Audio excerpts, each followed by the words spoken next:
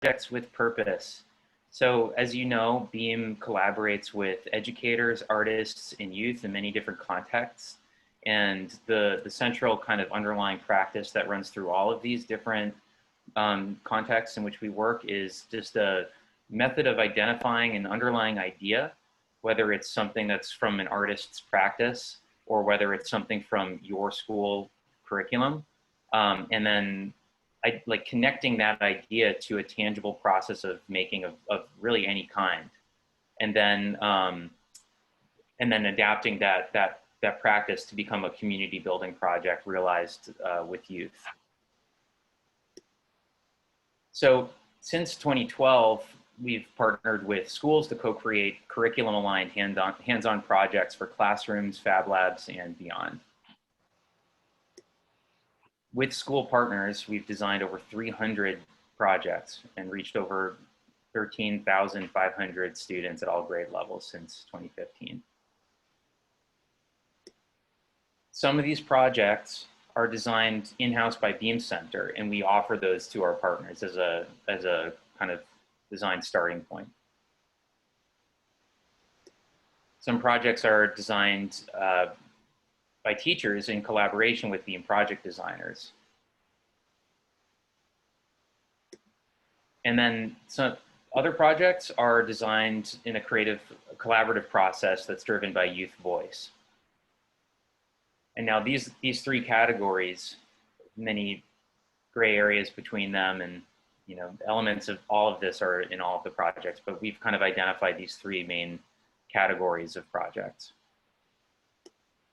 So this fall, our core offerings in this vein are Future Humans, which are STEAM-based projects designed by Beam Center, ready for teacher adaptation to a diverse variety of remote learning settings, grade levels, and subjects.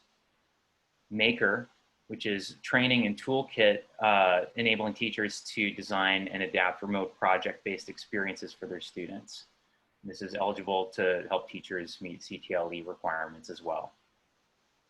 And then Learn Anything, which is a remote internship offering that takes a project-based approach to researching a career or subject of the intern's choice. And this can be a paid or credit-bearing opportunity for participating students. So we're going to talk about all three of these programs. We'll start with Future Humans. So Future Humans is a program or a series of projects really that is designed for middle schoolers and high schoolers to do at home with a materials kit. And this is an example of a student who completed a summer iteration of this program this past summer. In Future Humans, students make future gear, which is wearable, interactive, electronic accessories. And the underlying idea is that there's like a core kind of central part, and all of the subsequent projects connect back to that starting point. Students use their future gear to experience the environments of an imaginary planet. So there's a deep storytelling kind of world building element to this. Students receive an inventory kit that contains the materials for the program. So this includes just like kind of cardboard, paper materials, circuitry materials and tools, and some other craft tools and materials. The first project is making a journal and kind of starting to develop this imaginary science fiction themed world, and then also building that central microcontroller Arduino based badge. Then each of the following projects are designed by the students given some specific starting point prompts. And so the first version of this is an armband that has a photo cell on it and connects back to the sensor badge. There's a head-mounted sonic visor that also connects back. And then the following project is for the student to choose which part of their body it connects to and kind of what it does, but it has a motor on it. This is a servo motor based project. And then the way that the project is celebrated is that students make a dance animation and share that with the Future Humans community. This is another student who completed the project this summer. So for school implementation, we're imagining that Future Humans would be 32 to 64-hour implementation based on the number of projects that are done in it and just other kind of technical considerations that we could discuss in more detail. But we recommend that students work on this for at least 4 hours per week for 8 weeks. That's sort of like the baseline proposed implementation. Part of the student's day would be self-directed and happen at home in their workspace that they would be instructed to set up. And another part of the day would happen on the internet in the Beam stream and Rocket Chat, which I'll describe shortly, and in a teacher's digital classroom. Although I will add, and you can get into this a little bit more, there were rec centers that implemented this program this summer. So teachers also did already implement a version of this in a classroom environment.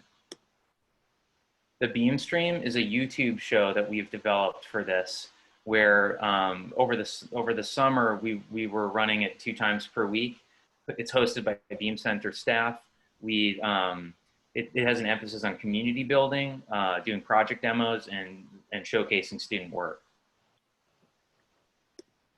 And then Rocket Chat is a chat system, like a chat application that runs in the web browser. It runs on any device, including DOE issued iPads, without downloading any apps.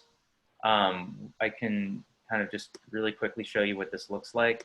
It's similar to Slack or Discord, and it's a place where students can connect to each other, get help with their projects, post images of their work, and kind of build community.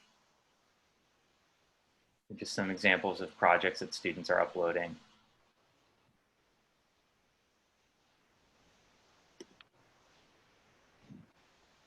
And so that's Future Humans. We also, the other elements of it that we didn't discuss is really that it's very adaptable to different situations. It can be made, it's an open-ended science fiction STEAM project. So students were completing detailed journaling projects, writing stories. So it's a kind of project that could be adapted for a math class or an ELA class, or a synthesis of both. So Maker is a training program for teachers that is focused on remote project design.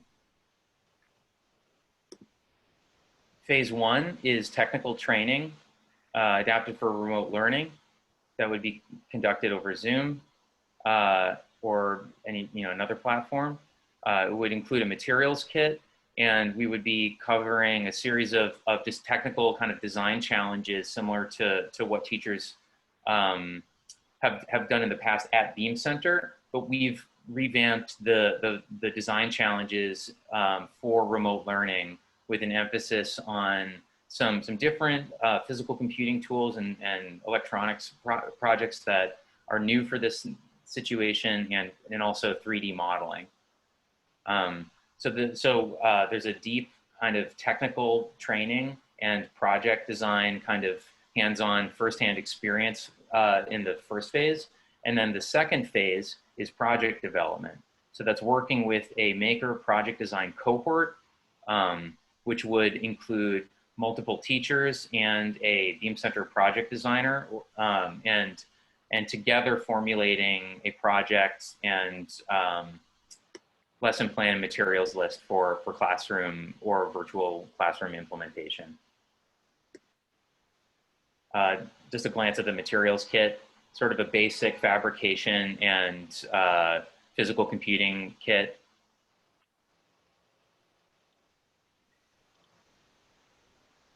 One of the cool things about this program is that it involves connecting the physical circuitry project to a web-based project.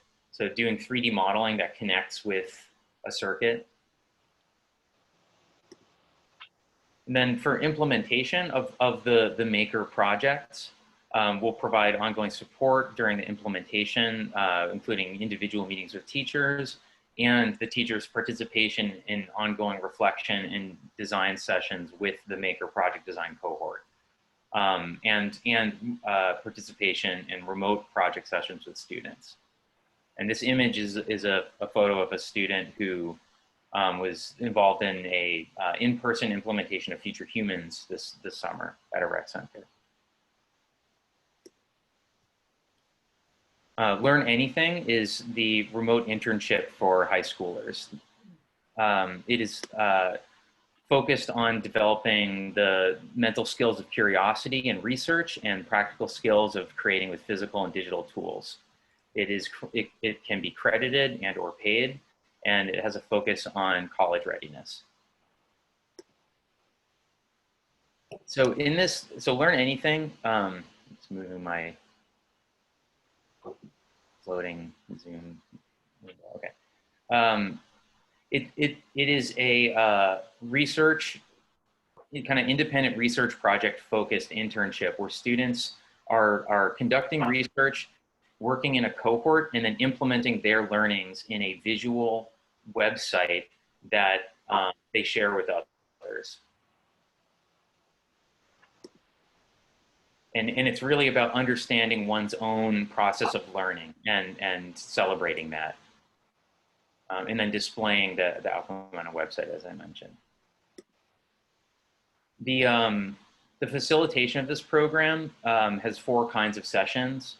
So there's like a group session where there's a big question that's being discussed. There's sessions that are self-directed learning or technical demos. There are one-on-one sessions with mentors, and then Power Hour, which is a reflection and reporting what one has learned. There are some hands-on projects involved in this. One thing that we have noticed is that and learned from work is that some students aren't really that excited about being on camera when participating in video conferencing. So we developed an avatar project where they've built a physical object to be their virtual avatar in Zoom calls. And this is a way of building a sense of community in the Zoom environment in this internship. Students also build a phone stand to help facilitate their participation in the video call. So they're building some of the equipment and kind of exercising agency over their participation in these virtual meetings. And the outcome of the program is to build a website from scratch using HTML and CSS that incorporates their learning, but also the photos and a documentation of their physical projects. So it's also functions as a portfolio. And so that was Future Humans, remote projects, the Maker training program, and the Learn Anything internship. And Brian, would you talk a little bit about what we're thinking of regarding outdoor projects? Sure. I get to talk about the speculative one. We see that, the next 6 to 8 to 12 months as being a combination of sort of remote experiences that are highly scaffolded and supported for teachers and students, and the opportunity of doing some spectacular work with a collection of schools in an outdoor environment. In essence, bringing to our schoolwork some of the things that we've done here and there with Fannie Lou and other schools, but doing some tangible building in parks, streets, etc. Because we think that everyone's going to need a little in-person spectacular joy. So I wouldn't say we have a plan for it, but we certainly have 16 years of experience doing it, and we know that it can be done. So we're open for conversation for anybody who's feeling ambitious once you get to that point.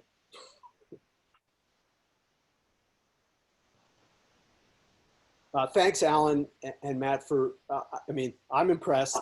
You know, I hope you guys are, we're not making any of this up. We were making it up in April, and we have done this work, and it's been pretty spectacular this summer. We're interested to hear, we don't want you to tell us we're great. What we want to hear from you is if there are any seeds in what you've just seen that off the top of your head think that you think could apply to work that you need to start doing in a week and a half.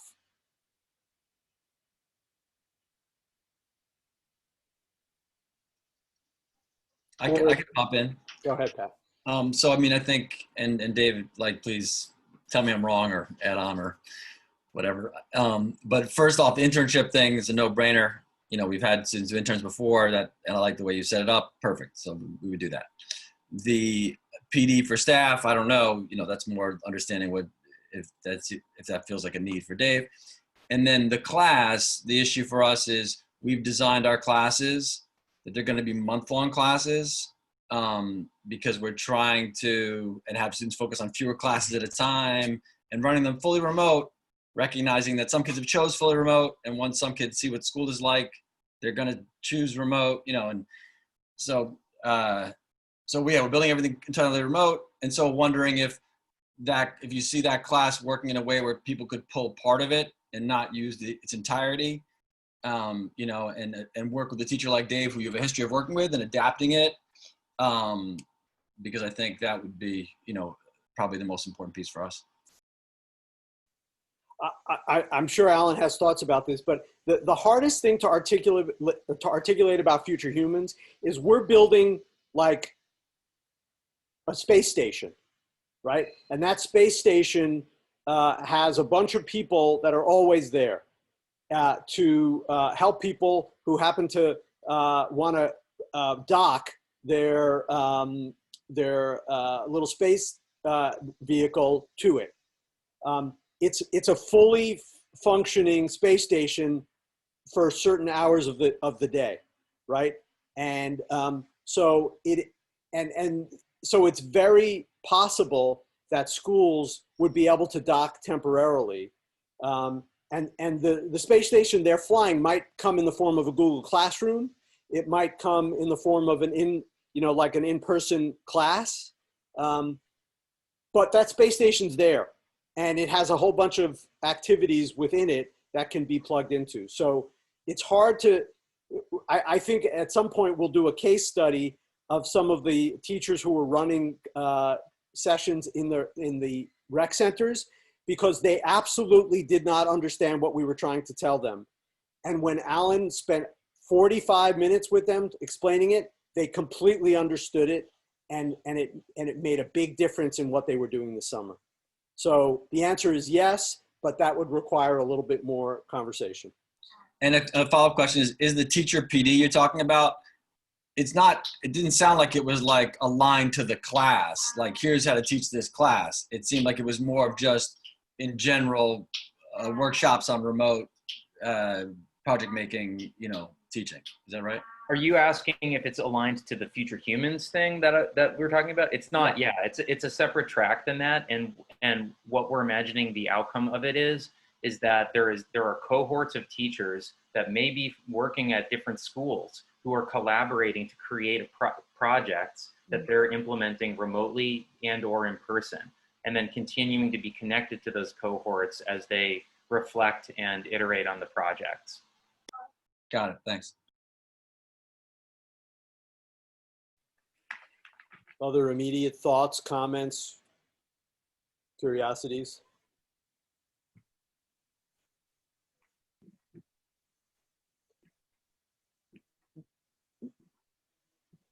I'm kind of curious. I'm sorry. I'm kind of curious how these kits work. If they're already like a predetermined thing, or if it's going to be a product of some sort of collaboration, and we figure out what sort of tools or resources students would need. And specifically with this, I forget what it's called, the second option or second the maker grouping. the training. Yeah. Yeah. Yeah.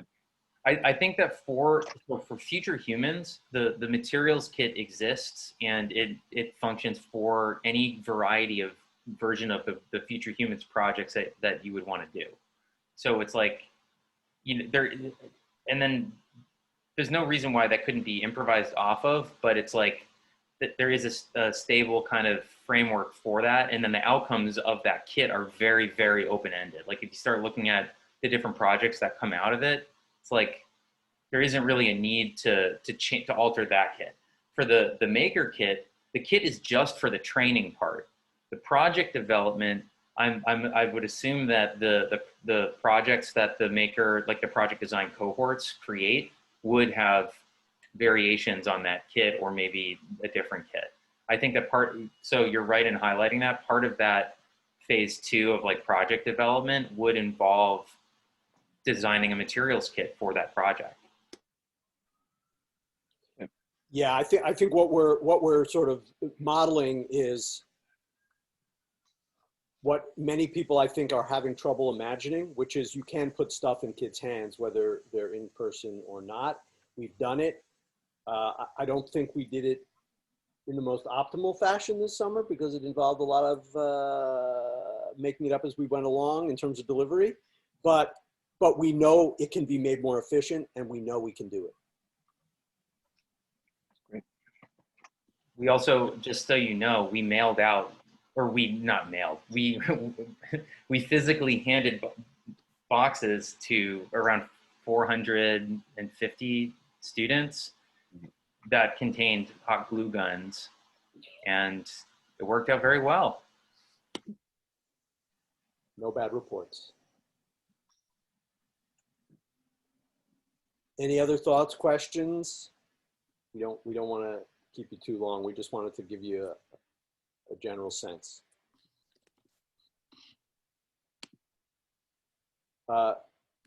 Jess, you mentioned pricing, of course. We will have a sort of a menu of pricing, but as always, it's about conversation and figuring out what's viable and how we help make it work for you. Right. The Future Humans sounds fabulous and like exactly what would be a great fit for our kids for the upcoming year with the blended model that we have developed for our kids. But it makes me wonder of like costs of getting the kits to the kids, that those extra things beyond just the curriculum and stuff. So great. We haven't priced that part out, and I don't know if we will.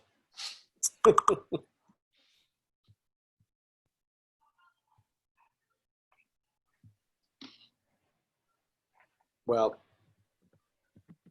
we will continue conversations after this. We appreciate greatly you guys donating 45 minutes of your time on a Thursday before the week before you're supposed to start school.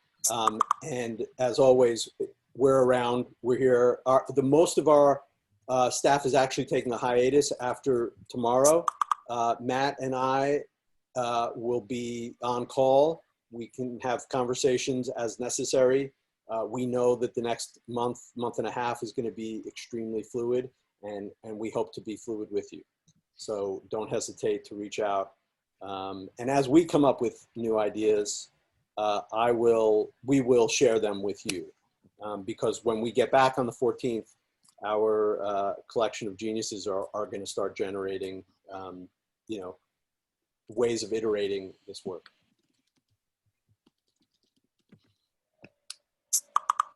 Okay, thanks, folks. Thank you. It is truly beautiful to see you all together. There are common characteristics that can be immediately recognized, or some that perhaps only we can recognize, but you guys are the best set of partners that any organization could have. Thank you so much. Try to not work this weekend. Thank you, Ryan. Thanks. Thank you very much, guys. It's really good to see you. Nathan, you want to hang on for a sec? Thanks so much, guys. Thank you.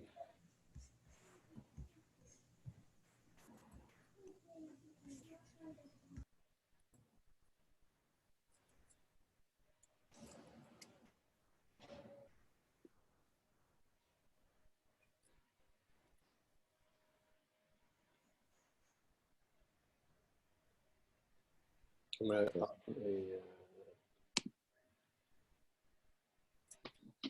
at Beam, even our Zoom calls have an after party.